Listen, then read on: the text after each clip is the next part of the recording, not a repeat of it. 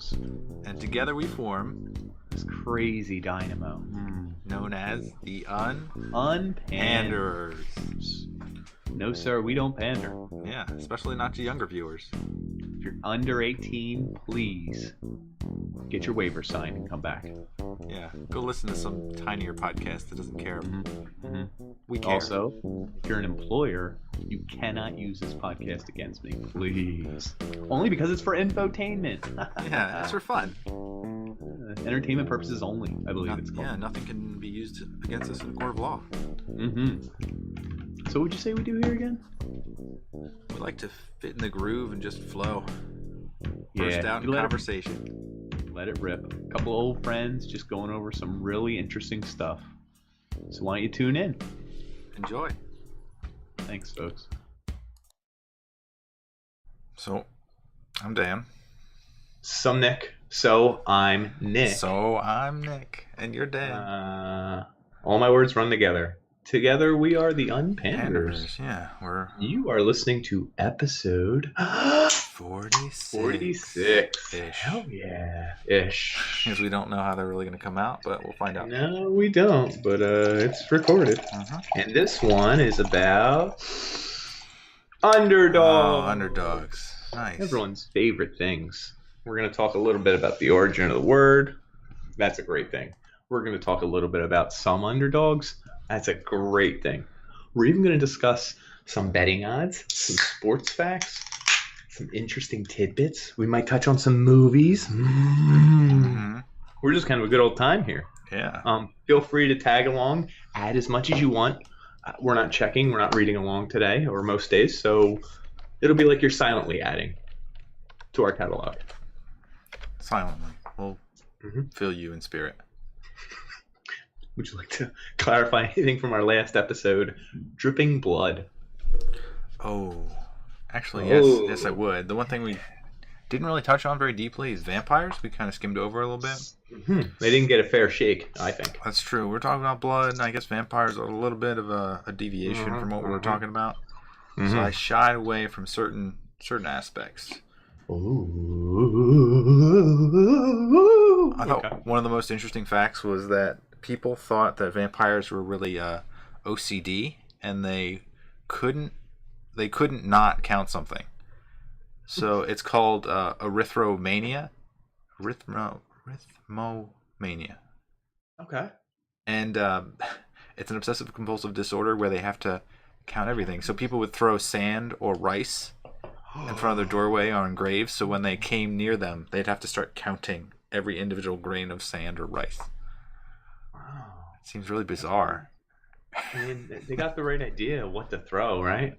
You're not throwing. Can you imagine if you brought 4 marbles and you're like, "Don't attack me"? It's like 1, 2, 3, and you're like 4. That's actually all I needed. I'm just gonna. Yeah.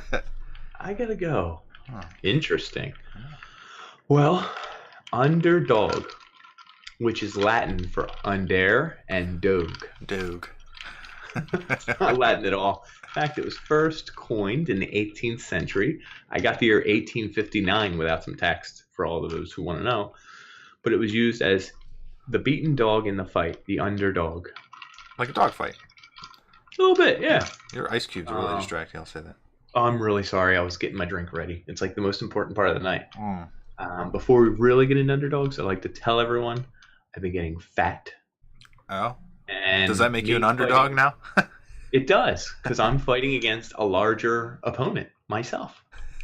So I started last week night jogging. You know what that is? It's a new trend. It's where you jog, but it's at night. Do you wear reflective pieces of clothing so that you don't get hit? No, because think about it. Every car that's coming has like super big high beams and it's like pitch black. I'll be able to see them from a mile away. They don't need to see me. I need to see them. You follow? And if I can see them, I'm not going to stand in their way like some kind of moron. So excuse anyone listening in the podcast who got hit by a car late at night. You're not a moron. So just I'm not going to get hit. Are you running on the sidewalk or on the left side of the road? Mostly on the sidewalk. And then every now and then I do a left side of the road because you can see things coming at you and kind of veer off the road. People say go on the right. I don't know. It seems more dangerous. I think that's like trusting the driver. Yeah, trusting the driver. No. I'm not going to do it. Nope. So I look a little sweaty. Wearing some athletic gear. I may look unkempt, but I'm losing some weight, and I'm gonna put it back on right here, folks. Did you have a scale count? How much do you weigh right now? I weighed 202 a week and a half ago. Whoa. Yeah. I was never above like 188, so like it was a big deal. Yeah, I'm up around probably 200. Ooh, around. He's afraid of the scale. But I'm beefier and meatier than Nick, so. Mm-hmm. I need more, gang. I got some haunches. So, started running. My first day, I did like a mile, and I was ready to die. Oh, yeah. Tonight, I think I did 2 miles, two and a quarter, two something. I don't know. Feeling good. I fear that day where I actually start running to lose weight.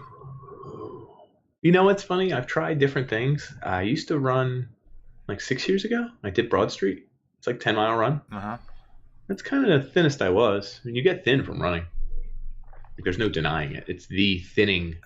You know what I mean? But it's not like no one ever looks at a runner and says, "Ooh, that's that sexy runner's body." No one. They might. I don't know. I mean, I don't. No. I think runners' bodies are gawkly and weird and gangly. Yeah, there's a girl I used to have a crush on. She's a runner, and like, she went to like she's like it's bony looking. I don't know. Yeah, it's a little like veiny and a little like gritty when like you get. I'm sure it's healthy, sort of, but it's also. Well, here, listen. If you're any of the people I know in real life who do this, just turn off right now. But there's like this obsession that comes with running that's unhealthy too. Like people who do more than marathons.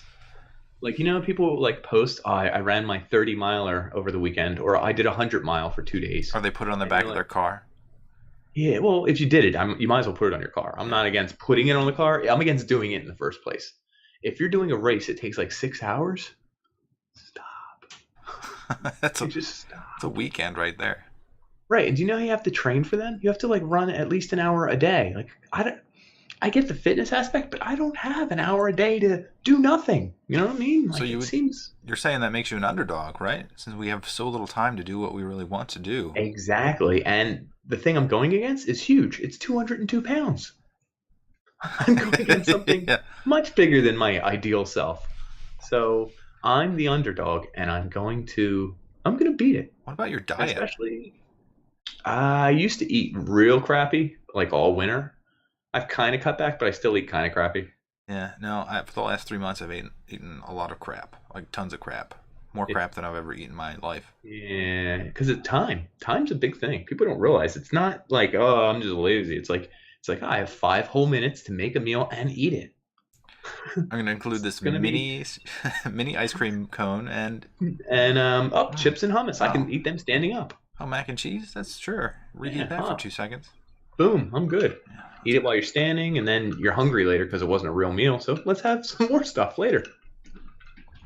Double down on the fats and your own weight. Yep. Exactly. We get it. So, like I said, we're underdogs. We're real underdogs. Yeah. We're not like we're not like those bigger podcasts. I was listening to This American Life, and sounds like a bad one. Actually, there's good. There's bits, there's tidbits. The ones I've listened to, they've had like a 3-parter, and they go through like a theme.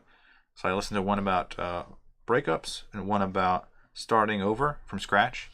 And the one about starting over from scratch, it was a guy who retired early, and then he wanted to make a TV station about puppies. Just puppies all the time. And it just... Is he famous already? I feel like he could be a millionaire. I mean, I have no idea. His name? Billiam Gates. You're gonna end with that. And I was gonna be like, The best part was he did like a promo, and he made his own music, so it was him singing. He made the song. He just had puppies playing on a couch. Did he record the puppies too? Yes, he did. Were they his puppies? They were his own puppies. Okay. And that's got it made. The interviewer like sat down with them as they watched, and she's like, "Oh, this is kind of nice." And then there's like a challenge, like the puppies are jumping off the couch. And they're all watching, waiting for that last puppy to jump off the couch. And when he does, oh, he did it! And then it was like they're all super happy and enjoy it. Like they loved it so much. And that was the whole point of the channel. It's just a place to go, relax, and be Sounds happy. Really oversimplified. But yes, genius, because that's what people want. Yeah. They're probably like one of the bigger hitting things on YouTube, right? puppy videos, kitten videos. He was ahead of his time. That was 10, 20 years ago. So he is a billionaire now. Okay, cool. No, it never got picked up because the overdogs, the large corporations, said we can't put a puppy channel on this network. Kind of a disgrace. Yeah. A guy in our corner. Everyone remembers 1964's big hit, Underdog. Like Mighty Mouse and Underdog. Yeah, Underdog. Yeah. He had a big U in his thing, right? Yeah, I watched that. It was literally a Superman ripoff. I didn't realize it till right now. I mean, in the back of my head, maybe I did. He was a nerdy, like pencil pushing, like pushover who had a regular day job, like a jack off. Mm-hmm. And his girlfriend, who he had a secret crush on, Sweet Polly Purebreed. Sweet Polly Purebred was her name. Sweet name. And his name was Shoeshine Boy, which is quite a name. Maybe a little kind of offensive. Yeah, but then again, he does chew shoes, so I guess I don't know. Anyway, she was a reporter at like one of the big paper, and every time the bad guys would come for her, Riff Raff was one of the bad guys. Simon Barr Sinister and Overcat. Good play on words. Yeah. Anytime one of them would come, he would go to the nearest phone booth and turn into Underdog, and in the process destroy the phone booth. You know, everything would always break around him. I was like right on the fringe of when my memory actually starts to kick in. I have the sense, but I can't really. Our generation saw a lot of these 1960s to 70s cartoons, which is weird because nowadays kids wouldn't see a cartoon from 10 years ago. There's cartoons now that are new and much better and don't look like garbage. Right. It has a little bit to do with how long it took to make them back in the day, probably. By hand. How many different... one guy slaving away at the desk. That poor guy. Mel Blanc had to voice them all, you know. Yeah, good stuff. He was very, very interesting, very interesting little piece. But actually, I prepared all day for what we're all about to talk about for a while. Underdogs, 2013's sport/romance movie starring Ariana Grande. Huh. It's a cartoon Pixar type movie, like a 3D imaging. Has Ariana Grande? It only aired in Argentina. It was like a. Is it called Underdog? Budget film. Underdogs, plural. Oh, plural. Who is the other pairing Underdog with? I mean, I have 2 pages of stuff here. I hope that's what we're doing today. Go. Okay, well, Underdog's got a 6.5 on IMDb and a 38% on Metacritic. I didn't think those were very fair because it's an Argentinian film. I think Johan Miller summed it up best when he said, while it isn't a Pixar movie, this film does an entertaining take on a by now familiar Pixar formula. 3 out of 5 stars. Pretty good. So I thought we could talk about that for a while. Most of our audience has probably seen Underdogs. Yeah, I'm sure it will hit a niche, and that could be our niche from now on. We only talk about this one movie from 2013 that was Argentinian. I hope what's in Spanish? I don't know what language Argentina speaks, but I imagine it's Spanish. We're going to have to learn Spanish then. I'll do it. Yep, Spanish. I believe I actually read this, not Viacom. Someone made an English translation for it in production. We'll research it. That'll be in the correction for everybody. But I really came prepped for that. I hope we're all ready. That's it. That's the episode. It did earn 16 million pesos in its opening weekend. Pesos. Good cover. That was incredible. I was floored. Yeah. Flabbergasted. You could have said yen at the end. I would have really got it though. But, that's astonishing. Mm-hmm. It made more than it spent. Oh, good. Good on it. You know another movie that made more than it spent? Commando. Rocky. Oh, yeah? Yeah, the original Underdog story. Someone from Philadelphia might know. I'm pointing to me because you moved. It doesn't count. Yeah, I'm more a Texan now than I ever was. Than you ever were? Yeah, I guess that's a true statement. I can't deny that. Did you know Rocky won Best Picture in 1976? Really? I actually didn't know it did. Yeah, Best Picture. Like Oscars. Isn't that cool? Huh. Check this out. It made $225 million that year. Okay? Oh, that's a little better than Underdogs.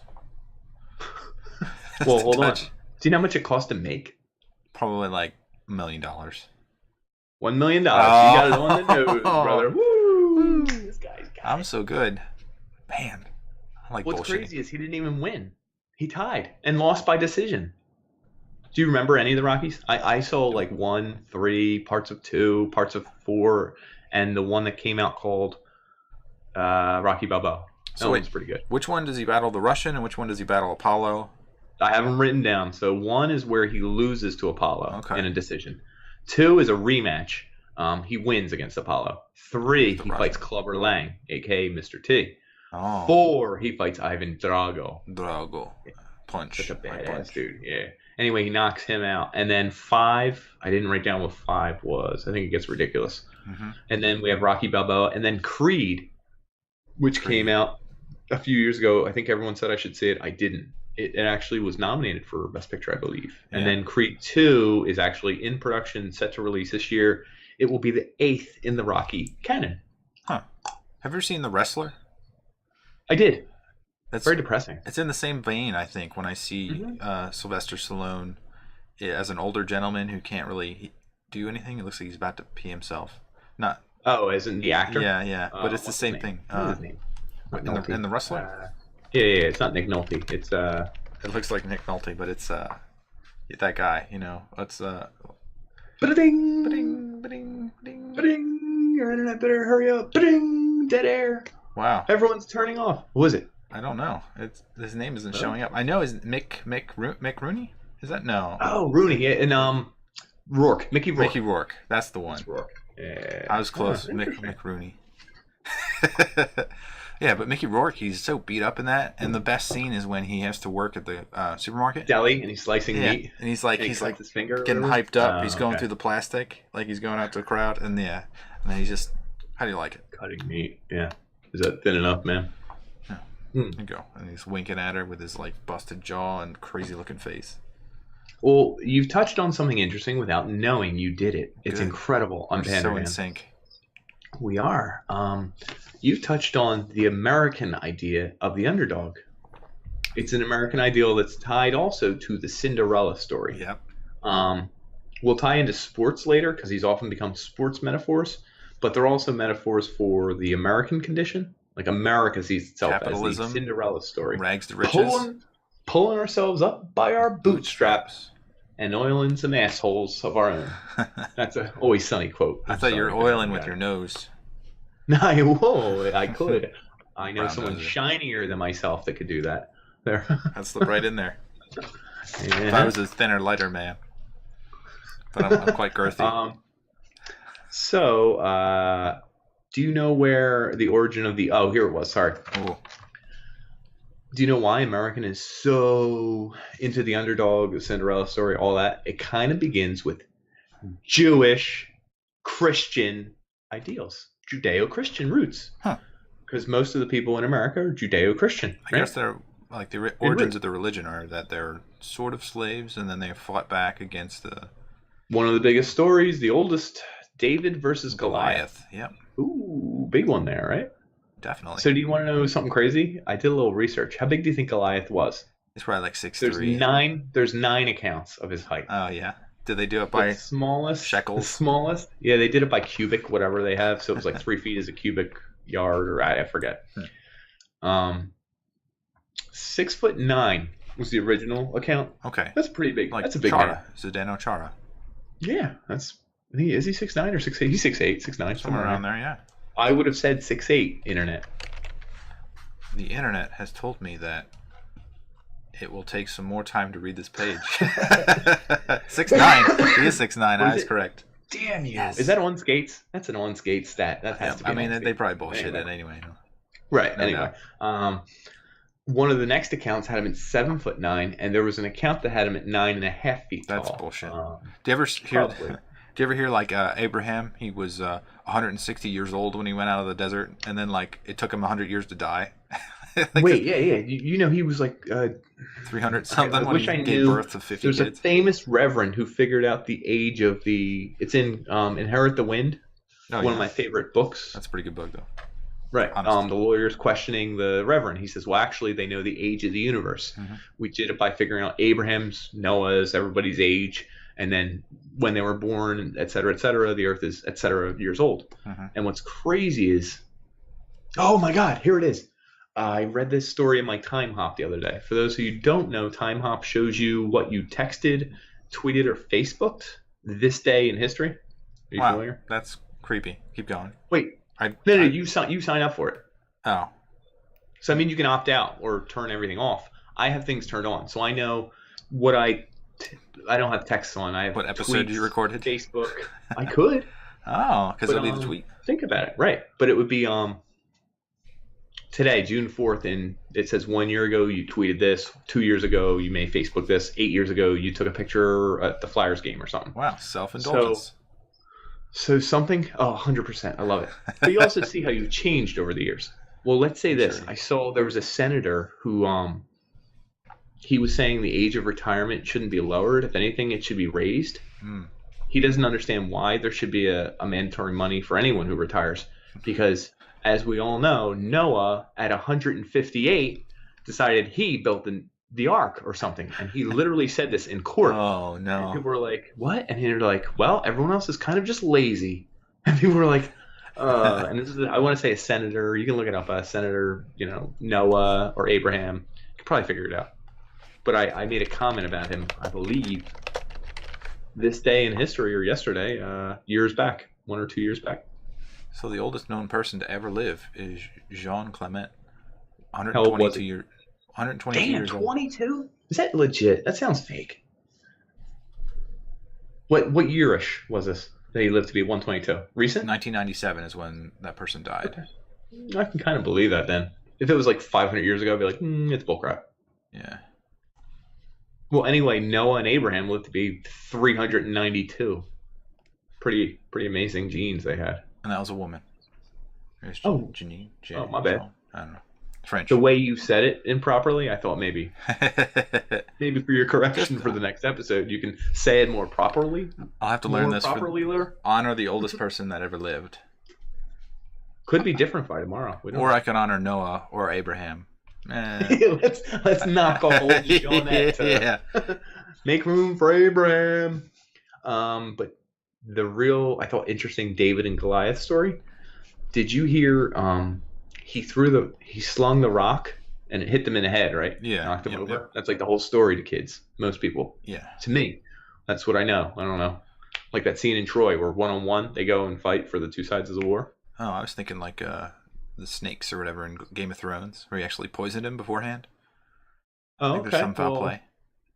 No, well, actually, what they said is he was even wearing a helmet, Goliath, and the stone went through the helmet into his head, and he fell over. And while Goliath was on the ground, good old David walked up and cut his head off, and then carried the giant head back to his king and said, "Looky what I got! It's his head."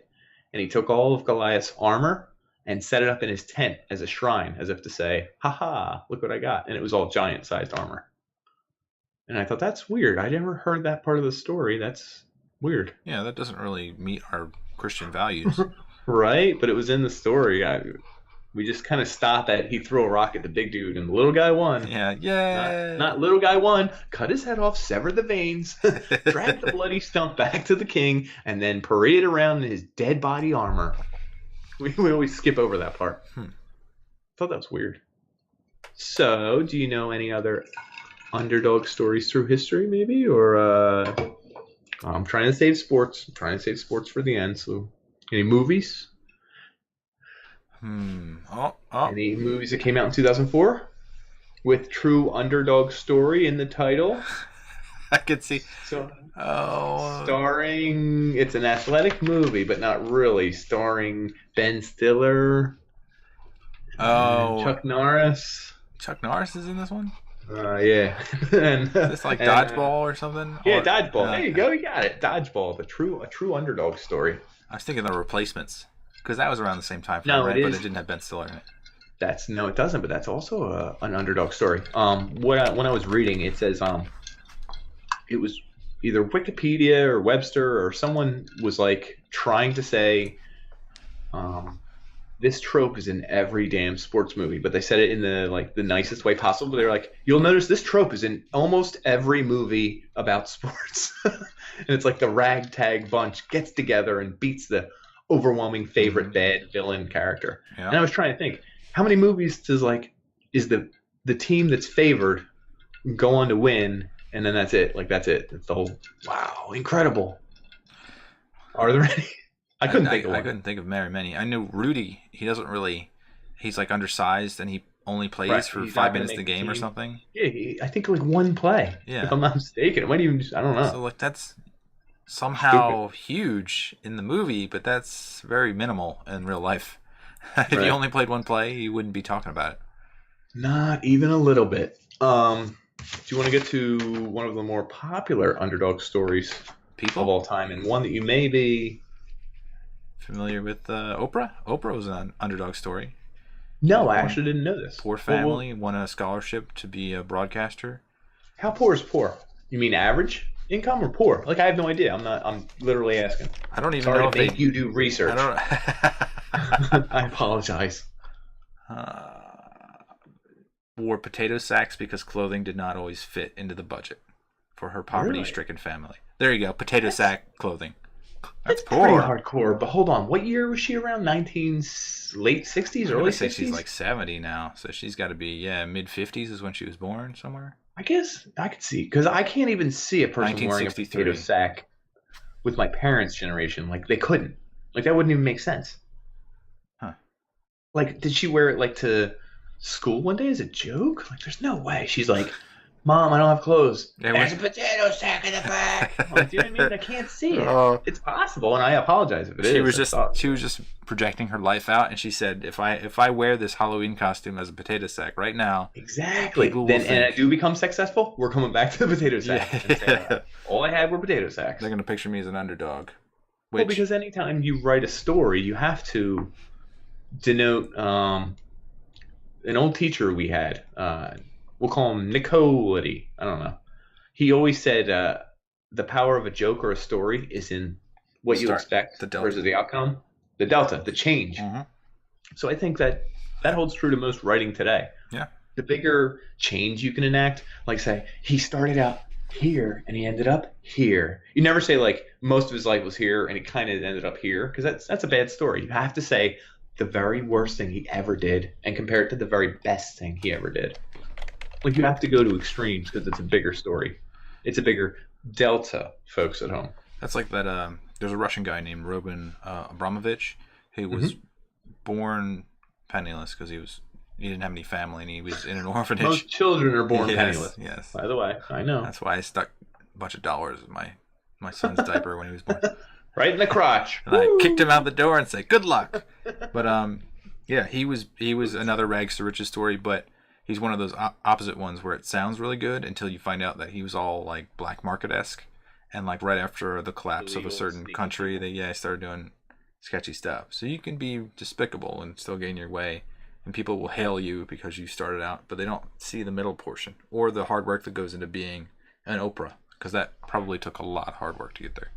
It probably did. I commend Oprah. I mean, she, through marketing, through sheer branding, she made herself be like. She was the first one to make themselves. Well, A, she's a woman, and B, she's African American. Like that's like two strikes. Like how's it ever going to work for her? And she, one of the more successful people ever in media in general. Yeah. Like she. No doubt. I guess it's a little bit because she owned it. You know what I mean? Like she didn't try and. A kowtow, which by the way I saw spelled today, Kowtow, kowtow. I had no clue what the word was for a second. I was like, oh, like kowtow? What is kowtow? It was an intelligent person. Subservient manner. Yeah, like you kowtow to like rich whites, whatever, like, so you can get their money, kind of. Like obsequious, right? Oh, look at this guy! My God, on fire! He didn't come with the research, but he sure does have a vocab. I got a brain, baby. I got a brain. But Oprah has $3 billion now. $3 billion, man. That's up there. That's pretty good. That's real good. We'll never have $3 billion. No, well, this podcast could be worth $3 billion. We are an underdog. When I listen to other podcasts, they always say, and our team of producers, blah, blah, blah, blah, blah, blah, blah. Producers? Like, what? This is all raw, folks. We only had 2 guys. This is our producers. Yeah. Were you to my left or my right? I'm trying to point to you. You were pointing. That was correct. Yeah, I'll take it. These are our producers, folks. Yeah. I'll just go like this. There you go. I do give you credit. I'll take it. I'll take all the credit. Please do. It's the only thing that makes me feel good now. Keep giving me more. I need more. I need more. That's it. That's all I got for tonight. One of everyone's favorite underdog tales is actually Miracle on Ice. Oh. I was going to go into that a little bit. Oh, 1980? Exactly. Yeah. Stop talking. 1980. Exactly. Tell me if I'm right. Tell me if I'm right. Yeah. 1980. On the money. Lake Placid. Yeah. Where's the stat I had? Here we go. So the Soviet Union, after their bronze medal finish in 1960, pathetic. Professional players. Anyway, after that, hold on. After this is 1960. From that day onward, they went 27-1-1 in Olympic Games. Ooh, that's tough. They won 5 of 6 next golds. Ivan Drago. A little bit. They were the giant of the sport. Like they shadowed Canada, everybody, all the big wigs. Everyone in these countries had professional players. Russia, I don't know if anyone's familiar with Russian circles. Ooh, and I'm not talking about the post-pop, metalcore, instrumental, awesome band from Canada. Judith? No, Russian circles. Russian circles is actually... Yeah, that's the name of the band. They're one of my favorite bands. They're really awesome. I suggest everyone check them out right now. In fact, they used one of their songs on an Olympic commercial. Oh, I thought you were going with the perfect circle, Judith. No, that is good song though, and good group. Yeah, not bad. Anyway, they used to do Russian circles at age 5, I heard, which is where 5 to 6 to 7 players skate backwards around one of the red circles, and the puck's in the middle. And while they're skating backwards around the circle in unison, they have to pass the puck to each other and stuff at like age 5. Like that's hardcore stuff. Anyway, the Russians were so hardcore about hockey and finesse and skating and passing and shooting. It was insane. They said they went 27-1-1 in Olympics. They were cutthroat professionals. They were favored to win all of these Olympics, and they did. They crushed everyone. That year, I believe it was... Shit, I almost said Reagan. Who's Jimmy... Carter? President. Carter. I think it was Carter threatened to not even do the 1980 Olympics against Russia because of Cold War issues. He did it. I mean, but there was like talk like, oh, maybe we won't even do the Olympics with Russia. How do you feel about that, Russia? Ooh. Well, that was the year we decided to go all amateur. Yeah, we didn't have any professional players. Coach Herb Brooks, who I don't remember what team. He was an NCAA coach for a while, and then I think he did an NHL team. I can't remember. Or like one of the quotes is that his if you're playing on his team, you always just say that your legs are the wolf. Oh, I don't know that. Hunt down your opponent. That's pretty cool. Anyway, they were the youngest age group, average age of 21, I believe, in the tournament. They were whatever the opposite of favorite is. Let's go over some of the scores.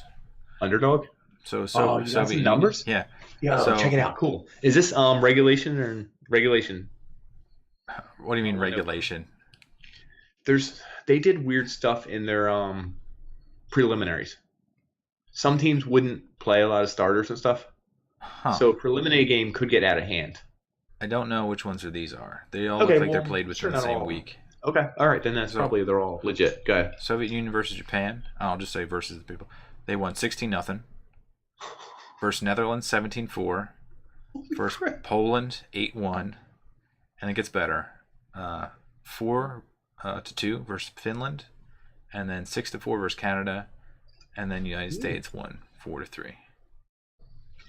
Oh, way to bury the lead. Yeah. Nice. Good job. That wasn't even the final game, though. No. So hold on. I'll tell them real quick. Do you know they were down in that game? No. So the best goalie in the world for the past 6 years, there was a lot of talk of him coming to the NHL. He was so good. It's Trechniak. He's a beast. Like he was just the war machine. Like he would just seek and destroy and stop and kick. And I believe I don't think he was butterfly, but he started a hybrid style of goalie. They actually ended up pulling him after the first period because the United States scored 2 goals They on got some weak pissed. shots. They were the Russian machine got angry. Can't believe they scored 2 goals. So in the second period, USA did not score, I believe, and Russia scored 2 times. So now they were ahead back 3-2 after 2 periods. Mm-hmm. And I believe this is between the second and third period, the Herb Brooks famous speech. They have the kid give it in the suit. You may play them 9 out of 10 times and they'll win, but not tonight, you don't. Everyone memorized that speech. It's a real good speech. Mm-hmm. Mm-hmm. Anyway, they went out and scored 2 goals in that third period. One with 10 minutes left, and it's crazy because I think the Russians had the puck in the zone for the last 2-3 minutes and were ripping shots. I think the goalie, who was he a Rochester player? There's no way, right? Like a Callahan type of? Yeah. Sounds kind of familiar. He could be. Anyway, just a college kid. I mean, these are all just college kids when you think about it, because the United States would not use professional players. And these college kids beat the shit out of the greatest team. Beat the shit. Barely won by 1 goal. But hey, we'll take it.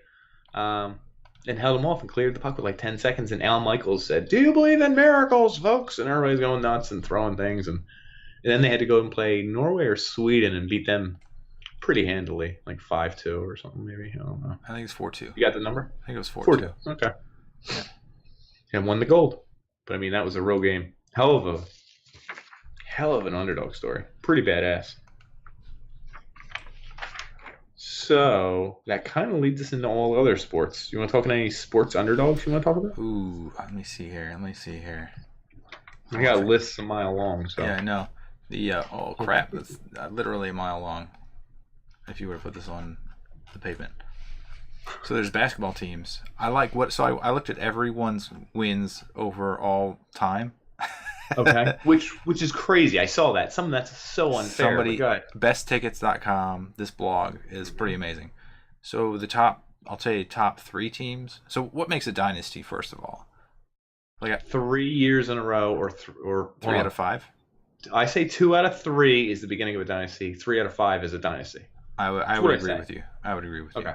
And these teams, the Lakers, the Celtics, they were dynasty. even the Spurs.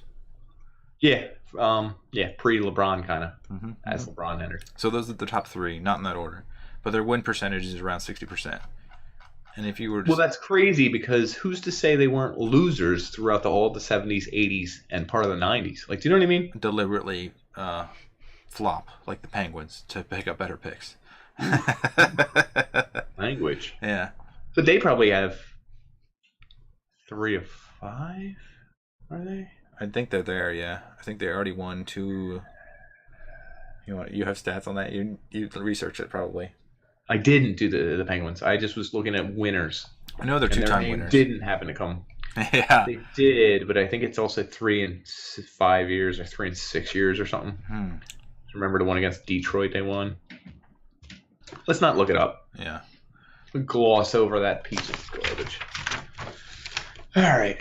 So, any other dynasties you want to touch on? Because I will tell you an interesting thing that happens with the word dynasty, the word Cinderella, the word miracle. You can hit it because I can keep going with these stats. All right. So, apparently back in the 19 teens and the Miracle Braves of 1914, or as a Philadelphia native, I know the Miracle at the Meadowlands, or the Miracle at the Meadowlands 2, or things were the Miracle, and then they become the Cinderella team a lot of times, and then 2017, oddly enough, became the Underdog Eagles. Underdog.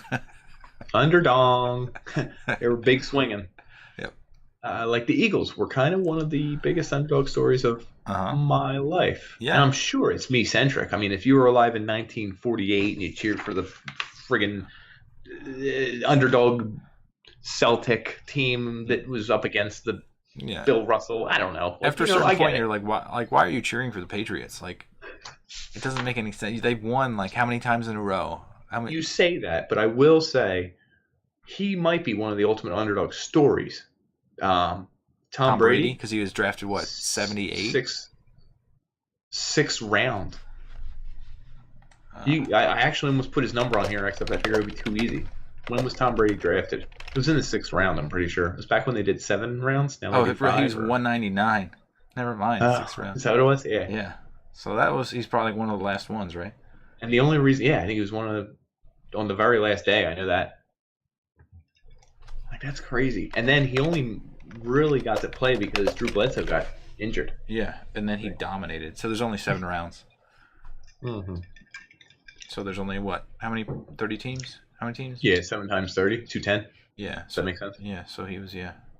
I mean, it's more than that. It's like 230 something, probably. And then now he's like the winningest quarterback of all time, right? Of all time. Right. He probably will go down as the best of all time.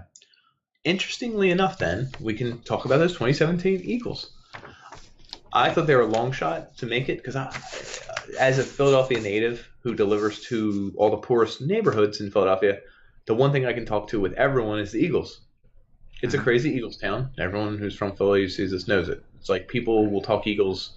Talking prospects today. Who's in, who's out. Right. We talk the draft. We talk about who the coaches, assistant coaches, offensive coordinators, who's helping the offensive coordinator, who's going to be back. It's a very Eagles town. It's a football town. I always joke and say Eagles are going to the Super Bowl because I like to just get people's ire up. You know what I mean? I don't really believe it. I said it last year too. They actually did really good. Carson Wentz did his thing, slinging. He's a high pick, so I get it. People expect a lot from him. I didn't know if they expected what they got from him. Awesome. Everything's going great. Except that they lost their starting all-pro left tackle, Jason Peters. They lost the return man, Darren Sproles. He's their third running back, wide receiver type guy, third down guy. They lost their middle linebacker, who was a playmaker, Jordan Hicks, and they lost their special teams pro. I forget what his name was. He's a safety. They lost a lot of guys. And then, on top of that, they lost Carson Wentz in Week 14. Yeah. And literally, when that happened, it says ACL was torn. I thought it was a long shot. They could make the Super Bowl or something like that. And I was like this. Eat fat ones. I don't care. They call on the guy that had been there and back Nick again. Foles. Yeah. Nicky Six, baby. And Nicky Six came in, and I like Nicky Six. Good guy, but I was like, guy can't play football like Carson Wentz can. He's going to get eaten alive. He had a good game against the Giants, I believe. That's right. The Eagles kicker went down. I'm sure someone else went down, too. I think we lost a D-end. Anyway, we're playing with a bunch of people who were not backups, but whatever. And Week 16 rolled around, and they played Oakland, or it's 15 or 16. And I don't know if they scored a touchdown. And Week 16 was Dallas, Week 17 or whatever it was. And they didn't score any points. They lost 7-0 to Dallas. Now, they already had a playoff spot locked up and I think home field locked up. So but it just looked real bad. Yeah, they didn't have any motivation. So check this. No, but you want to beat Dallas, who you hate, and score more than 0 points? 0. Yeah. Pretty bad. But anyway, they open against the Atlanta Falcons as like a minus or a +4 underdog, which is kind of disrespectful because it's an Eagles home game. They're the number 1 seed, and they were an underdog. And I was like, this is kind of crazy. Well, they won. Oddly enough, last play of the game. Nick Foles looked pretty good. Then they played the Vikings at home in Citizens Bank Park. The Link. And they opened as I believe, a 3-point dog again, which is crazy because they're the number 1 seed, and they're at home again, and they just won the last game. Well, they demolished the Vikings to the point where I couldn't believe it. And then they went against Bill Belichick and Tom Brady. Tom Brady being the winningest quarterback of all time. Bill Belichick being probably the smartest coach of all time. And they opened as a 5-point dog, if I'm not mistaken. 5.5 points. Something like that, yeah. And I thought, damn. We're going to get these Not to mention, I don't know. I was real nervous. I thought we could. I just didn't think it would happen. And then they started doing the dog mask thing, and I thought that was really cool. And I think they really put into the what? Do you not know this? The underdog mask? Yeah. No, I don't know. Which is quite oh shit. So they beat Atlanta Falcons as an underdog, or Vikings. No, it was Atlanta Falcons. So Lane Johnson, offensive tackle, he's a beast. He came out after the game and he must have bought one from Amazon. Just Lane Johnson underdog. As soon as the game was over, he put on this. I have one in my house. I couldn't find it for the episode. He put on a rubber dog mask head and just walked around with the mask, and there's confetti flying everywhere. And he said, "Y'all thought we were underdogs. Well, we won the game." Like, he's an old Oklahoma boy. Yeah, it looks pretty good. It looks cool. Well, anyway, they went on sale on Amazon, and they sold, I'm sure, thousands, if not tens of thousands or more. And people started wearing into that Vikings game where we played the Vikings. Some guy with a warehouse full of these masks. Oh my God! Someone had to clean up. Oh yes, finally! But it's the perfect storm. Like, Tom Brady threw for 500 yards. Bill Belichick coached team, and the Eagles won. Tom Brady had the ball in his hands with a minute whatever left, and we won. It's truly a crazy underdog story that a backup quarterback just won the Super Bowl against Tom Brady. Huh. It's nuts. And a coach who, Doug Peterson, second year coach. After the first year, there were people talking about firing him. Because, like, you hear this talk every day. Like, I hear it all the time. It's crazy. So that, in my life, against an Eagles team that always screws things up, has never won a Super Bowl. In my life, I'll probably never see anything underdog-y like that again. And on top of that, Philadelphia is the definition of an underdog city. We touched on Rocky. That's like, they have a statue of the guy at the Art Museum steps. He's our national mascot. We're the only city in the world that has a statue of a fictional character, Rocky. Like, Philadelphia eats the underdog story. They need it. They feel it. Philadelphia hates being a favorite. Philadelphia hates being a prohibitive favorite. Every team in Philadelphia loves the underdog role. We love to pretend everyone hates us and win. We love to be disrespected. It's a thing in our blood. I can't explain it. Probably has something to do with blue collar. Probably has something to do with we're not as big media markets as New York. Do you know what I mean? Like, New York to our north, D.C. to the south, like, they're bigger cities, so we kind of feel like the small guy. Hey. Yeah, and we used to be the seat of the nation, and then they took that from us. Yeah, they took that too. Past history. So I think there's just crazy stuff that was a perfect storm of underdogness, and I don't think I'll ever see one that good again. Maybe in my life. Who knows? Sports is crazy. Stuff changes every year. Were you around for the 2010 Flyers? Here? Are you talking about when Gagne, they went down, Primo, Roenick? Yes. No.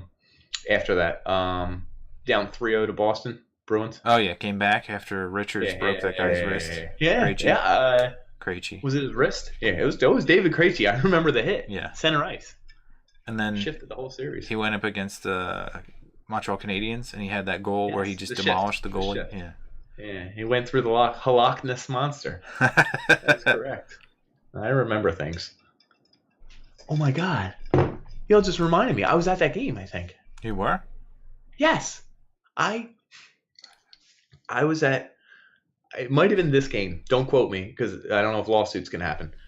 So we had the very back seats in the entire building. Like the very, very, very back seats.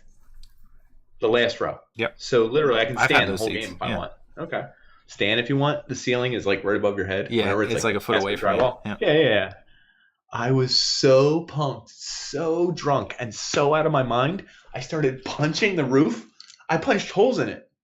There are fist-sized holes in that building, thanks to me, and you just jogged my memory. Brought it right on back. That's what we're good for. I couldn't even feel pain that night. Whew. I'm getting lit up just thinking about it. Yeah. It's a damn shame they didn't win the cup. Yeah. And they were a 7 seed. Cocaine, it's a hell of a drug. I wish. Oh my God, if I was on cocaine, I would be dead and in jail right now. Probably. So you'd be an underdog coming out. Out of jail trying to get a job as an underdog. The witness. The back integration program. You'd be the underdog. So, everyone at home knows your favorite underdog story, and I'm going to bring it up. Oh, yeah? I'm going to bring you back a little bit. It's kind of when you were a baby, but I'm sure your family just nonstop talks about it. 1989. The Saskatchewan Roughriders. Come on, Canadian football. I know it's in your blood. Come on. Is this where they scored first downs in every first play? I don't know. You might be right. They were a 9-9 team. They went up against the Cavalry Stampedes that year, 10-8. Uh-huh. They were probably going to lose by 2 touchdowns, they thought. Nope, they won. Next round, Edmonton Eskimos. No way they're beating them. They're 16-2. Like how there's no basis. Still talks there's about no this. background whatsoever. Your family still talks Eskimos. about this. I can feel it. Yeah. They smashed them. I can't believe this. But everyone still didn't believe. And then they went up against the Hamilton Tiger Cats. Mark my words, folks. They're not going to walk over Hamilton like it's a joke. These other 2 games were a fluke. Mm-hmm. They went up against them 12-6, the Hamilton Tiger Cats that year. Here are the Rough Riders. They showed up. Wouldn't you know it? Last minute, 26-yard field goal. Oh, the Grey Cup is won, folks. The Grey Cup is won. Are you believing this? It's the Rough Riders from Saskatchewan. Is that, you guys talk about that? In your family? Thought maybe you guys did. I don't think the only time we ever talked about Canadian football was when I brought up I was in a Canadian baseball league. Oh, that's a good league. That's a lot of challenge in that. We were underdogs that day in the gym. The whole sport was an underdog. Mm-hmm.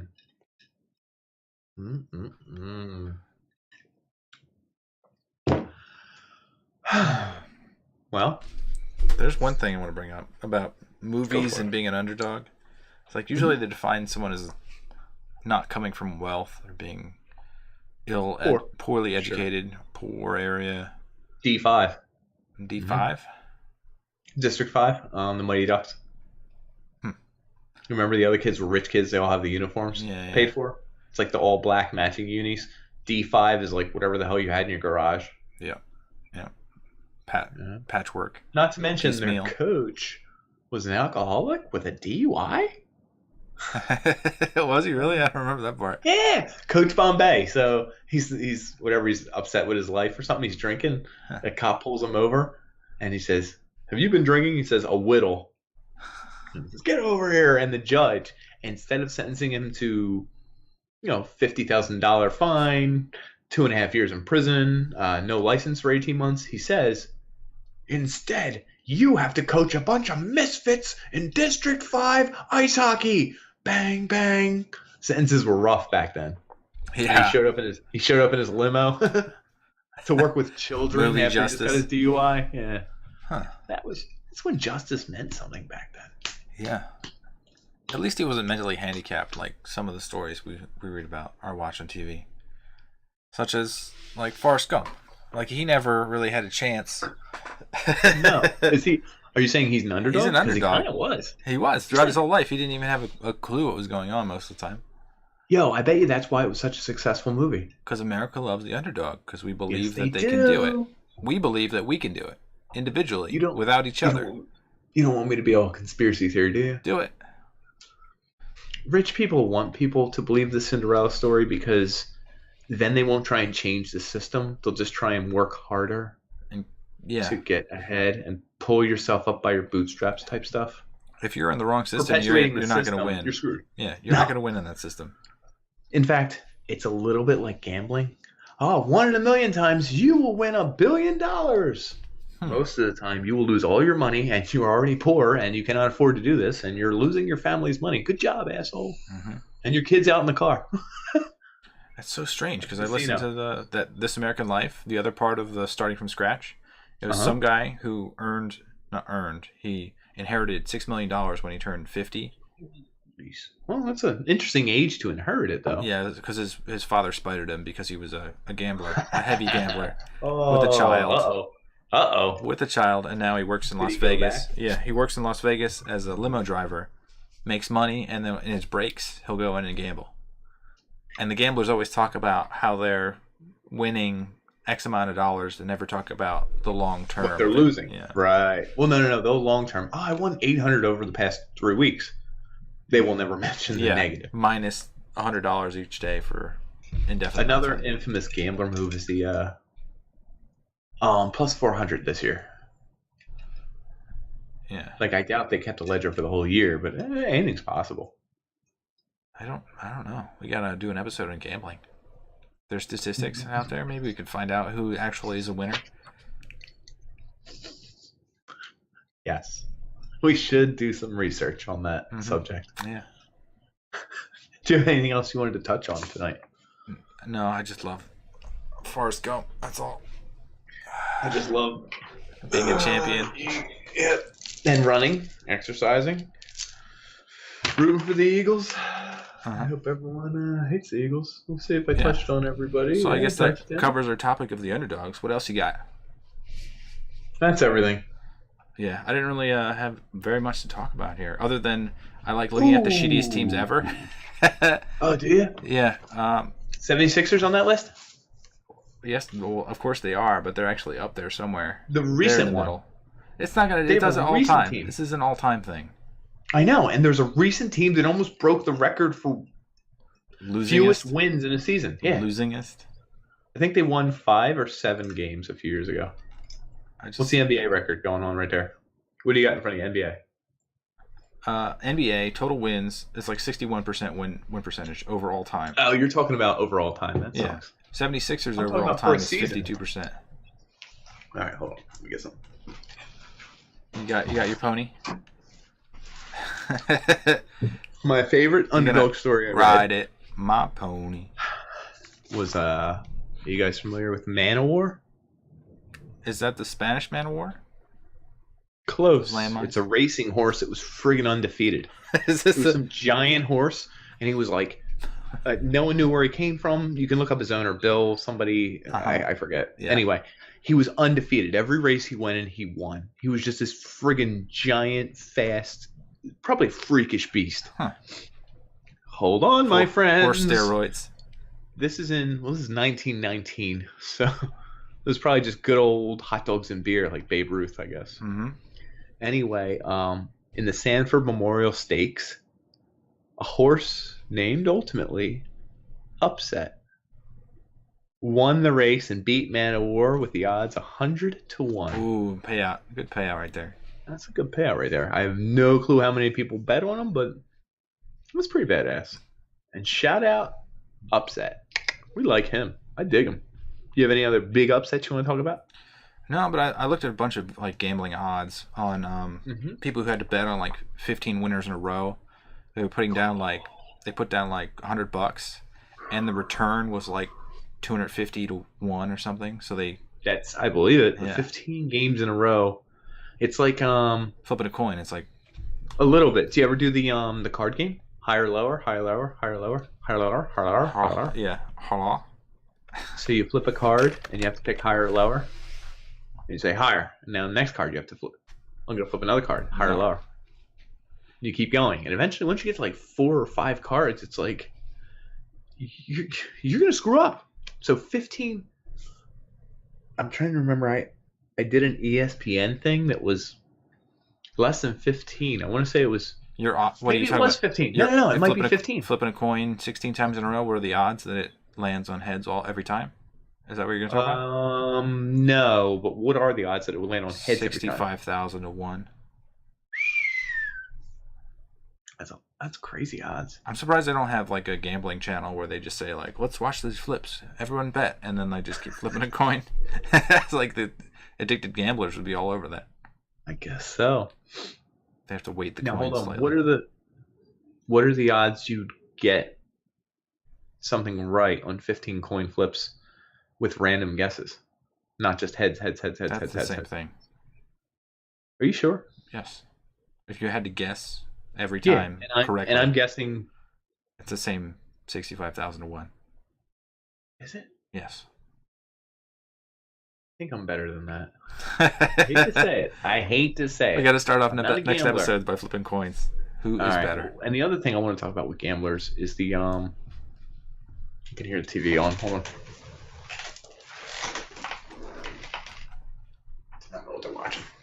Man of War. Go away. See a Man of War. We're upset. You didn't shut it all the way. I don't care. I hope it bothers you. Are you OCD? Would you like to count my doors? 1. Let's just shut 2. this off here. Whoa. Damn it. You forgot. I could talk about the losingest teams. Please all time. These are the bottom 6. Florida Panthers, starting off at a measly 40%, like Can't believe 39.4. they beat the Flyers in the playoffs like twice in the 90s when I was watching. The only time they were in the playoffs. Tampa Bay Buccaneers, Columbus Blue Jackets, they're new, kind of. But Tampa Bay up again. Tampa Bay Lightning, surprisingly. Again, Really? They're awful. doing good this year, but Los Angeles Clippers, which I've never, I guess I've heard about them, but the Lakers just kind of overshadow them, so it's like, who cares? Well, that's kind of how it happens in LA, too. Yeah. And then the Charlotte Bobcats, which are, I guess, brand new. Which I haven't heard of. It's kind of not fair.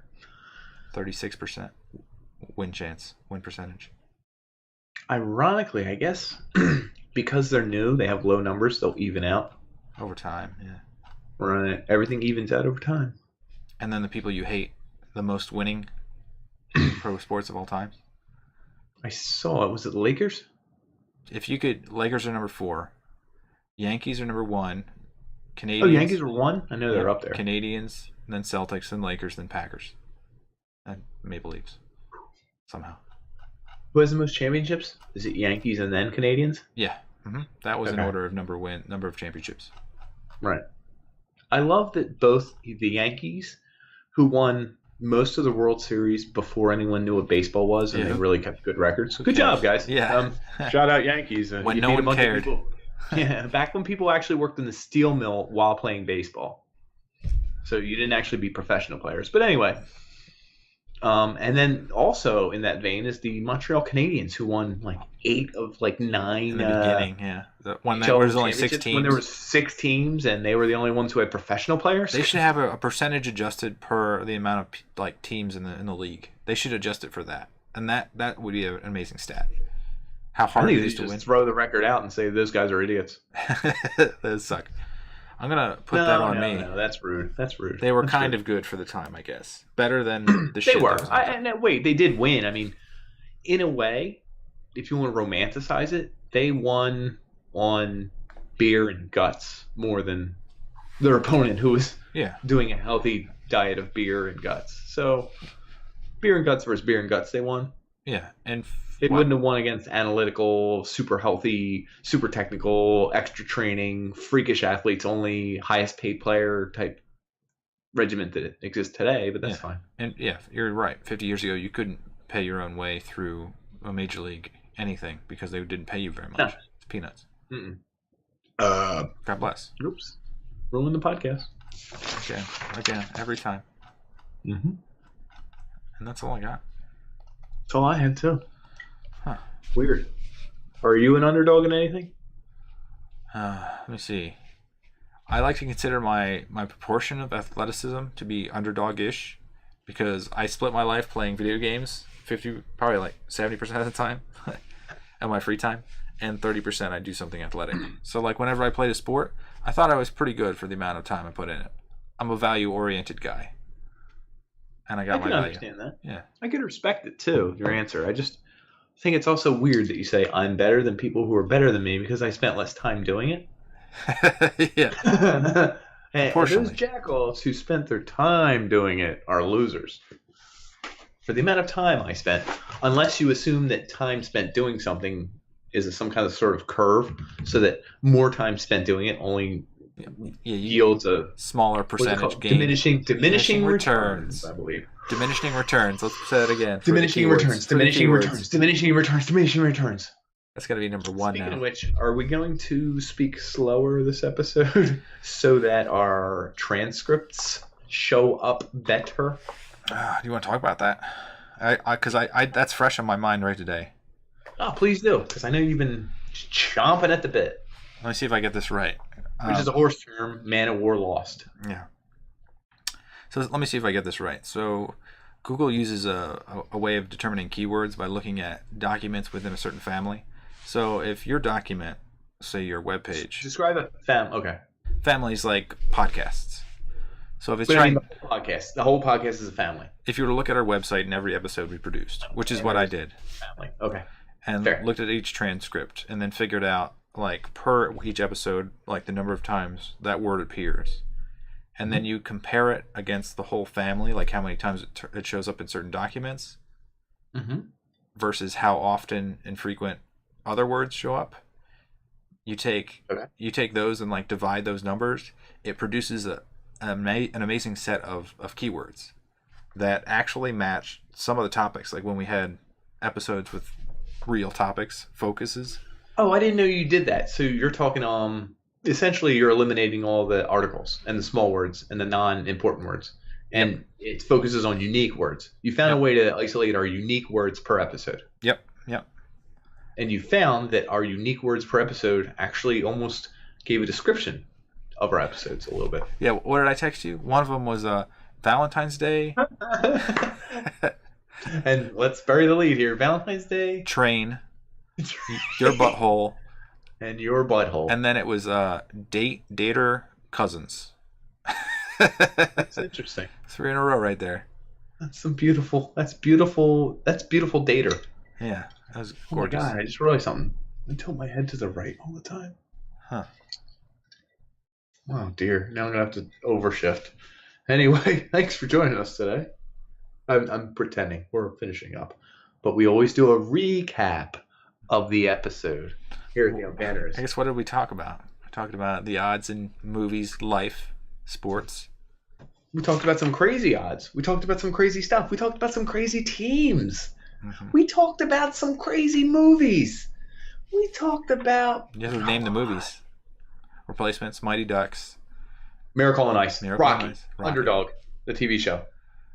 Underdogs, the movies. Argentina. Starring Ariana Grande. Ariana Grande. Dodgeball, a true underdog story. Uh-huh. We talked about some unlikely heroes like Leon Spinks. We never talked about Golden Knights. Oh, yeah, because I didn't research them enough, and I feel like they're going to lose. Oh, yeah. Did you see... it's actually happening now, but this episode will air. This episode will air when the NHL comes back live and starts a new season. So it might actually coincide with something worthwhile. Amazing! Yeah. Oh my God! I can't believe they won Golden. That's crazy. This is the most insane thing of my life. I can't believe we witnessed it live. Or I hope it's not a sweep. Oh, it can't be. Never mind. I read that the odds were like 400 to 1 that they would win. So if you put bets on them before the playoffs started, you would have a lot of money if they could pull it out. Which, oh my God, they're going to do it. Oh my God, they did it. Washington. So they're the definition of underdogs, right? Because they have a whole bunch of casts. Do you remember, did you rejects.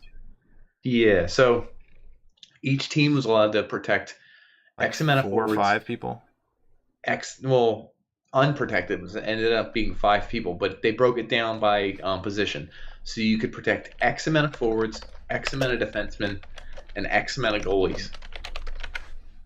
The people that were not eligible were people who had like more than 2 years left on their deal, I believe. Mm-hmm.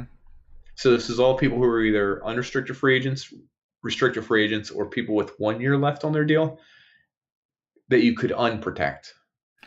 Anyway, it was essentially your 5 worst. Oh, you have the number? Okay. Yeah, so protected lists, they could choose between 2 options. There's 7 forwards, 3 defensemen, or 1 goaltender, or 8 skaters. So you can you can switch it up that way? Protect your forwards if you didn't give a shit about defensemen. Or all your defensemen if they were really good, I guess. Well, you could take a multi-year player? I didn't know that. I guess with contracts still existing? I didn't know. Maybe I made that up. Interesting. I make things up. So no movement clauses, so they must be protected. Okay.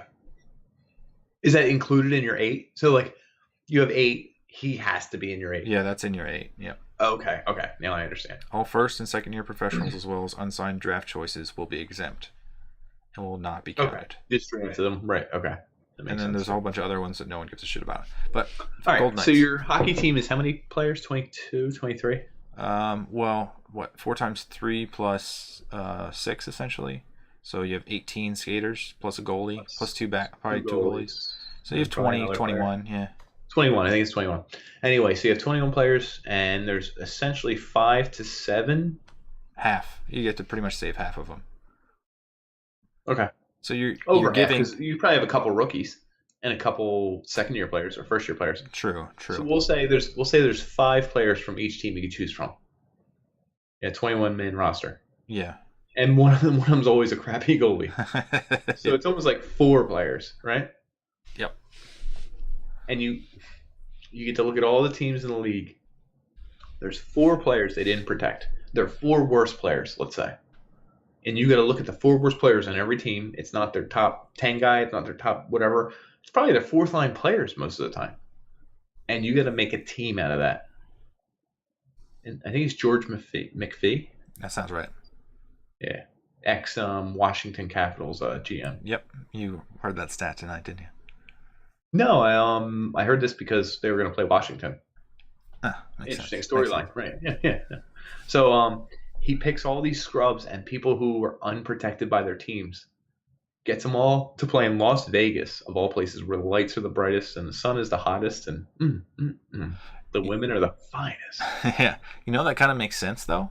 After watching this, like Las Vegas is connected to Los Angeles, so you get big name artists that will play in front of your games.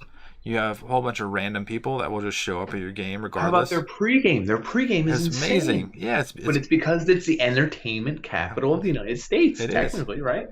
And then also you get gamblers involved. You can put odds on these games, and then the gamblers care, and then they show up, and then they're crazy about the game because they want their team to win because they put money on the damn. Well, how about people who live there who love hockey? Just there's no hockey team. Who? So anyway. They literally take the scrubs of the league, people that no one wanted, the cast-offs, the Cinderellas. They get them all to play together. And in their first year as a team, they're in the Stanley Cup final with all these guys who are nobodies. What's Carlson's first name? No one knows. William. It's not Eric. I think it's William. Thank you. William Carlson. Yeah. He scored how many goals last year? 6 on Columbus. For the whole year. Yep. 6 goals. I don't know if he played a full 82, but he played most 81. of the year. 81 games and scored 6 goals. Mm-hmm. Wow, shout out. 25 points. Well, shout out this year. He's the goddamn leading goal scorer for the team with the Golden Knights and 43 goals. 43 freaking That's goals. ridiculous. That's insane. Now, a little bit of that is ice time. Everyone's talked about. He used to get like 5 minutes of ice time a night. But a night. That's insane production. That's pretty amazing. And I mean, they're playing with cast-offs. Nobodies. Guys who no one wanted. Wouldn't protect. You can't stay on my team. And guess what? These mother-effs in the Stanley Cup final. Do you think they're going to make it next year? No. I think it was a little bit of a flash in the pan, a little bit of catch lightning in a bottle, a little bit of this. Someone said an inside know who is in the know of knowing things says a lot of their home wins were because, guys going to Vegas, they're going to party a little bit the night before they play you. They're enjoying themselves. Party. Not that they're partying, but they're not as concentrated. Different kind of home ice advantage. A little bit, yeah. I mean, if you go to Winnipeg the night before a game. Well, you're probably staying in some shitty hotel, so that might actually wear on you. A little bit. Might get a little depressed. That you're in Winnipeg. Manic depressive. Sorry, Winnipeg. So, followers just dropped off. Yeah. So, I don't know. I think that was a good recap. We covered something that we knew we missed. That's exactly what it's for. That's exactly what it's for. And that's what we did, man. Good job, guys. And last but not least, the definition of underdog. For those of you who watched the entire episode and were like, I'm hoping they explain this. I hope they explain this. Oprah Winfrey. It's a competitor thought to have little chance of winning a fight or contest. A little interesting. And number 2 in Webster, Merriam, a victim of injustice or persecution. It's very juicy, but we're going to have to end there. Anyway, folks, we like you. We like you a lot. Thanks for joining us tonight. Yeah, we do. We certainly do. Like it.